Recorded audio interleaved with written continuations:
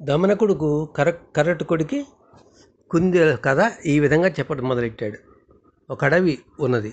ఆ అడవిలో బొచ్చెడు జంతువులు హ్యాపీగా ఉండేవి. కానీ ఎక్కడి నుంచో వచ్చింది ఒక సింహం. నేను రాజుని ఈ అడవికి అని చెప్పని జంతువుల్ని ఇష్టం వచ్చినట్టుగా చంపి తినేసేసి వెళ్ళిపోయి గుహలో పడుకుంటుండేది. దాని ప్రతాపానికి అక్కడ జంతువులన్నీ భయపడిపోయి బయటికి రావాలంటే ఆహారం కోసం బయటికి రావాలన్నా కూడా రాలేక ఆకలితో మాడుతూ నివాసాల్లోనే ఉండేవి. ఇలా అవస్థపడుతున్న జంతువులన్నీ ఒకనాడు రహస్యంగా సమావేశమై ఏదైనా ఆలోచించాలి అనుకున్నాయి. చివరకు ఒక తోడేలు మిగతా జంతువులతో ఈ విధంగా అన్నది. ఏమని?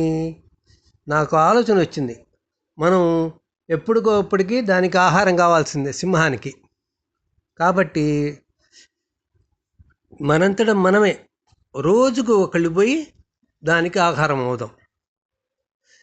మిగతా జంతువులు బయట స్వేచ్ఛగా తిని ఆహారం తిని ఆ రోజు ఇంటికి వెళ్ళిపోతుంటాయి. ఎవరు వంతు వచ్చినప్పుడు వాళ్ళు పోయి ఆమెకి ఆహారం అవ్వాల్సిన సింహానికి అని చెప్పింది. అవన్నీ కూడా జంతువులన్నీ కూడా ఆలోచించి, నిజమే, నువ్వు చెప్పింది కరెక్ట్గానే ఉంది. మా వంతు ఎవరి వంతు వచ్చినా వాళ్ళ వరకు అందరూ తప్ప మిగతా వాళ్ళందరూ హ్యాపీగా తిరిగి ఆహారం తీస్తూ ఉండొచ్చు అని అనుకొని ఓకే అని అన్నీ కలిసి ఒప్పుకున్నాయి. ఈ నిర్ణయాన్ని తోడేలు స్వయంగా సింహంకి వినిపించింది. పోయి ఆ రోజు నుండి ఒక్కొక్క జంతువు సింహం దగ్గరికి వెళ్ళి ఆహారంగా అవుతూ ఉండేది. ఒకరోజు ఒక గర్భవతిగా ఉన్నటువంటిగా కుందేలు వంతు వచ్చింది. దాని కొడుకే బుద్ధిమతి. తల్లిని పంపించడానికి ఇష్టపడని బుద్ధిమతి నేను సింహం వద్దకు వెళ్తాను అని బయలుదేరింది. అలా వెడుతున్న కుందేలు, ఈరోజు మా అమ్మ బదులుగా నేను వెళ్తున్నాను. నేను చచ్చిపోతే పాపం మా అమ్మ ఎంత బాధపడుతుందో, మాలాగనే మిగిలిన జంతువులన్నీ కూడా తల్లి మిగలక బిడ్డలు లేక తల్లులు ఎంతగానో బాధపడుతున్నారు. ఈ బాధ పోవాలంటే సింహం పీడ వదిలించాల్సిందే అని అనుకుంటూ పీడ అనుకుంటూ వెళ్తూ ఉన్నది బుద్ధిమతి. ఒక త్వరలో కూర్చొని ఆలోచించింది. దానికి కొంతసేపటికి ఒక ఆలోచన వచ్చింది. కావాలనే బుద్ధిమతి ఏం చేసింది? ఆలస్యంగా సింహం దగ్గరికి వెళ్ళింది. దానిని చూసిన సింహం కోపంతో గర్జిస్తూ, ఇంత ఆలస్యంగా ఏంటి, ఎలాగో తస్తున్నావు కదా అని అడవిలో షికారు పోయిచ్చావా అని అడిగింది సింహం ఆ కోపంతో.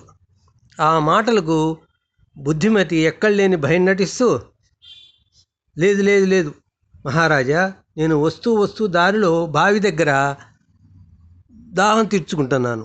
అప్పుడు అక్కడికి ఒక సింహం వచ్చి నన్ను చంపబోయింది. అప్పుడు నీవు మా అడవికి చెందినవాడివి కాదు, నువ్వు మా రాజువు కాదు. నన్ను చంపినట్లు మా సింహరాజుకు తెలిస్తే నిన్ను ప్రాణాలతో వదలడు అన్నాను. అందుకు ఆ సింహం, ఏంటి మీ సింహరాజా?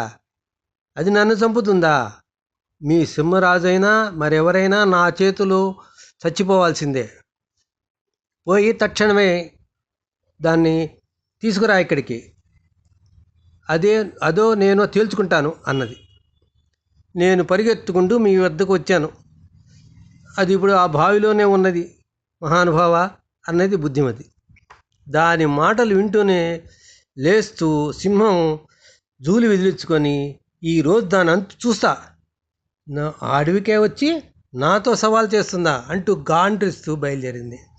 వేగంగా బావి దగ్గరికి పోయింది. ఏది, ఎక్కడ అహంకారి, ఎక్కడ, దాన్ని చంపేస్తాను, చీల్చేస్తాను నా గోళ్ళతో అని అంటూ బావి దగ్గరికి వచ్చింది.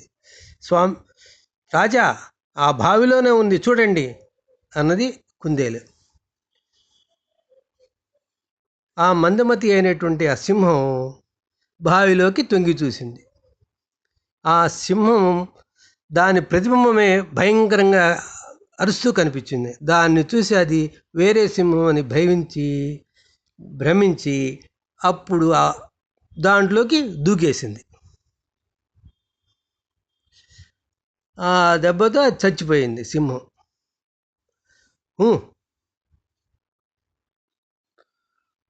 అప్పుడు అది ఆ అరుపులు విన్నటువంటి, ఆ భయంకరంగా అరుపులు విన్నటువంటి ఆ మిగతా జంతువులన్నీ ఆ బావి దగ్గరకు వచ్చినాయి. వచ్చేసి ఆ సింహం చావటం చూసి బుద్ధిమతిని మెచ్చుకున్నాయి.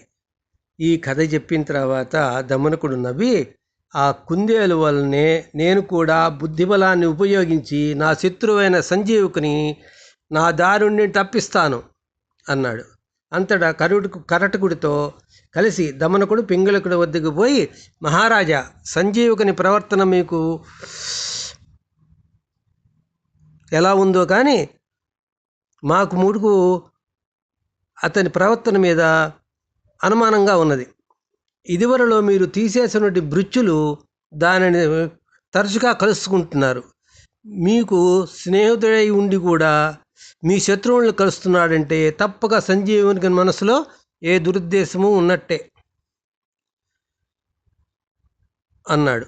అప్పుడు కరటకుడు, మహారాజా, కొత్త వారి గురించి తెలుసుకోకుండా వారికి ఆశ్రయాన్నిస్తే చీరపేను నల్లికి పట్టినటువంటి గతే ఎవరికైనా పడుతుంది అన్నాడు గంభీరంగా. ఎవరా పేను, ఎవరా నల్లి, ఏమా కథ అడిగారు సింహరాజు. ఈ కథ రేపు చెప్పుకుందాం.